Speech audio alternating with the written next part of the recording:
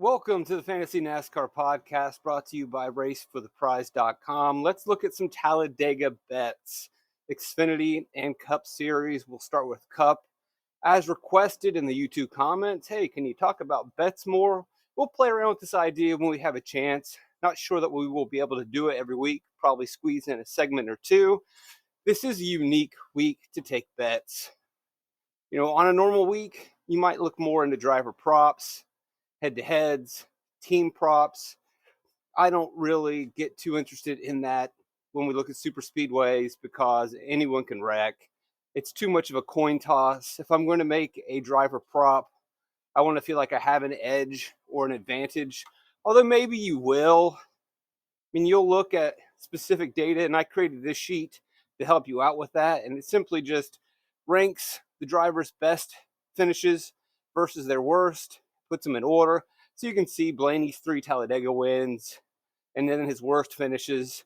And you can compare drivers. So if you did want to look at driver props head to head, you could easily see if a guy's got more green at their super speedways and a driver has much more red. One could say, hey, I think this is the driver to pick in a prop bet. That said, I still believe it really comes down to a coin toss, and I'm not really that interested in driver props, especially when super speedways present the opportunity to hit longer odds. Now, chasing long shots, it works, but it works rarely. And I think sometimes we over-exaggerate the underdog's opportunity. Yes, Stenhouse hit big in the Daytona 500 last season, McDowell 2 seasons before that.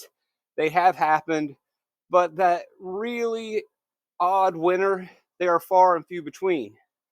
And they have been also in the Xfinity Series. But you could also argue recently we have seen some surprises in the Xfinity Series as we pop that up. And that actually might be a better place to chase longer odds. But the books have adjusted, so a long shot in the Cup Series actually tends to pay more because they don't come through quite as often. The Xfinity Series, sometimes we see that longer guy come through, but the sports books don't give you as juicy or as sexy plus money in those situations. So, too long didn't read. If I were to make bets for these super speedway races, I would probably lean a little bit longer. I may not completely chase some obscure bet, but I'd find a little comfortable balance in between. I don't see much value or opportunity in betting a favorite because they're subject to the same chaos. And when we say chaos, it doesn't just mean wrecking. It can mean the lines forming in a different situation at the end of the race. I keep pointing to last fall's Talladega race. There was chaos in the last 10 laps. Yeah, they wrecked at the very end at the finish line. But the chaos happened before that. We had Alex Bowman leading laps. And then all of a sudden, the Red Sea parts. He gets caught in the middle and drops 20 positions. That's chaos. When a driver drops 20 positions in a matter of, seconds, that's a form of chaos. It's not cars flying. But with all that being the case, all drivers are subject to that. And, Ryan Blaney has been very successful, as you can see at the screen. But he, too, can be the subject of that chaos just as much as any other driver. And so why would I take him at more favorable or at odds more likely to win? So here we look at the board. Again, like I said, I wouldn't really consider Byron and Blaney and Keselowski. The opportunity, they have high probability of doing well. But there's just an opportunity this week to chase some longer odds. I hope this podcast isn't a complete waste. Trying to do my best to make this thing work and be helpful to you. So let's just start looking at some names. Yeah, Hamlin is good, but 11 plus 1100, 10 to 1, 11 to 1. I guess that is a good return, but it's just the allure and the appeal of going a little bit deeper with a driver who, we can go a little bit further. I don't want to go down too deep, although we will talk about those drivers. But is Hamlin that much better than a driver that we might get at 35 to 1? To what degree is he more likely to win? And I don't think it's that significant. I would rather go down to a 35-1 driver who has a fighting chance and pays much more than Hamlin. Elliott 11-1, streaky driver. We know how that goes. But again, the appeal's down there. I'm not interested in Kyle Busch. Bubba Wallace, we're starting to warm up a little bit, but I still don't think, I really feel like he is that much more likely to win than somebody can get with better odds. Bell at 16. Then we flip over and look at Bell, and I don't believe Bell has the greatest super speedway numbers. Put it on the screen. Best finish 5th, 3rd at Daytona, Atlanta 3rd, just 4 top 5s. I wouldn't really want to go there. We're getting down lower in the board. Not enough green for me. Flip back over. This is where I start to really think, okay, now maybe we have something. Kyle Larson, he is due. We'll see if it ever comes through. But Chris Buescher seems pretty appealing at 19-1. He does have that Daytona win recently.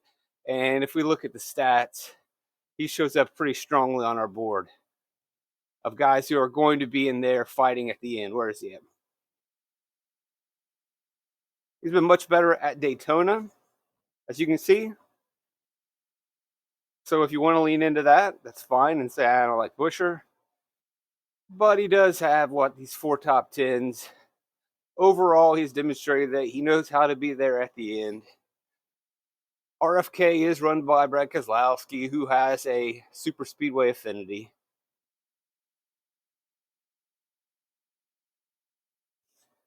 Who else can we explore? Maybe it's time to get stupid. All right, Buescher, Reddick, it's fine.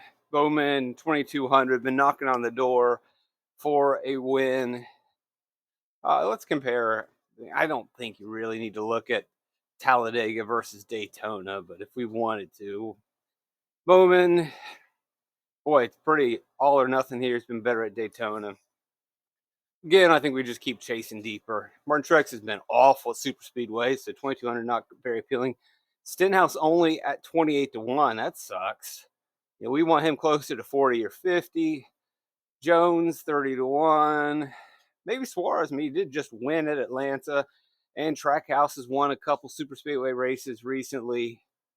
Let's look and see what Suarez has done at the super speedways. Where are we at? Oh, looks like he's going to be down a little bit lower. How low? Where did I miss him? Not bad at Talladega.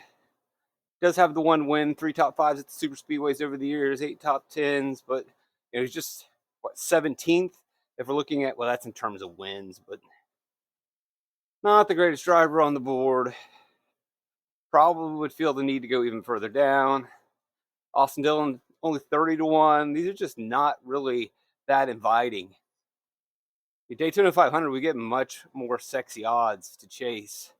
Cindric, past Daytona 500 winner, 30-1. Yeah, the payout's nice, but the likelihood is not there. So I would much rather get something higher.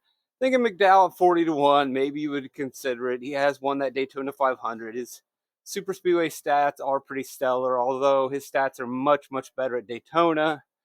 Again, if you want to read more into that, that's fine. If you don't want to, that's fine as well. It's up to you. We know that Front Row Motorsports for the last decade and a half has consistently put out good super speedway cars. He will be in contention at the end.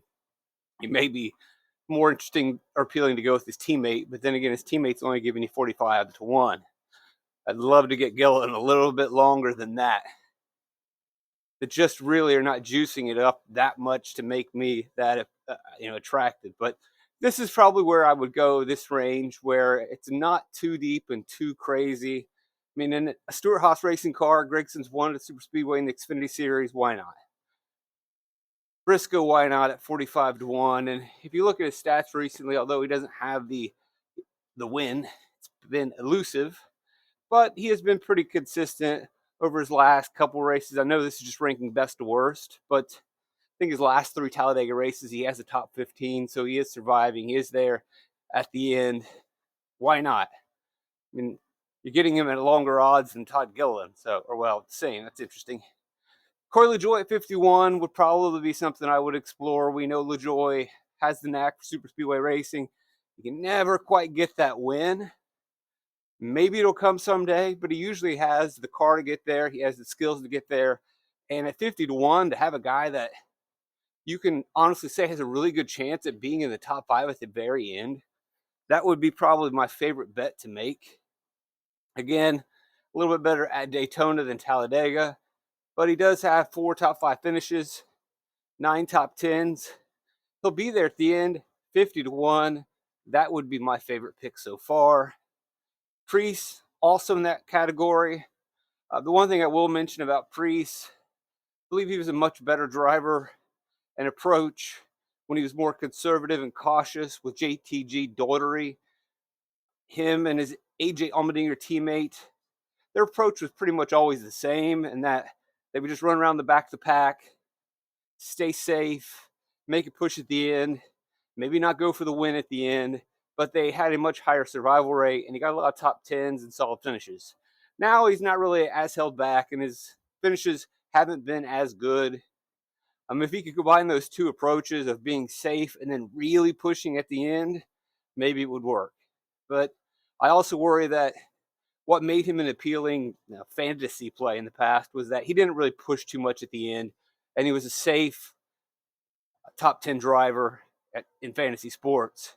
Now he is pushing at the end, and it's not necessarily working out for him, which downgrades him in fantasy, but elevates him here in sports betting, and you get him at 5,500. Zane Smith, that car looked fast last week. It was fast last week. It was good, and he will have a decent super speedway ride. And I would imagine that maybe Trackhouse is putting a little bit more back into them, and Spire is doing a little bit more as well. Spire has good super speedway cars. Trackhouse cares about super speedways.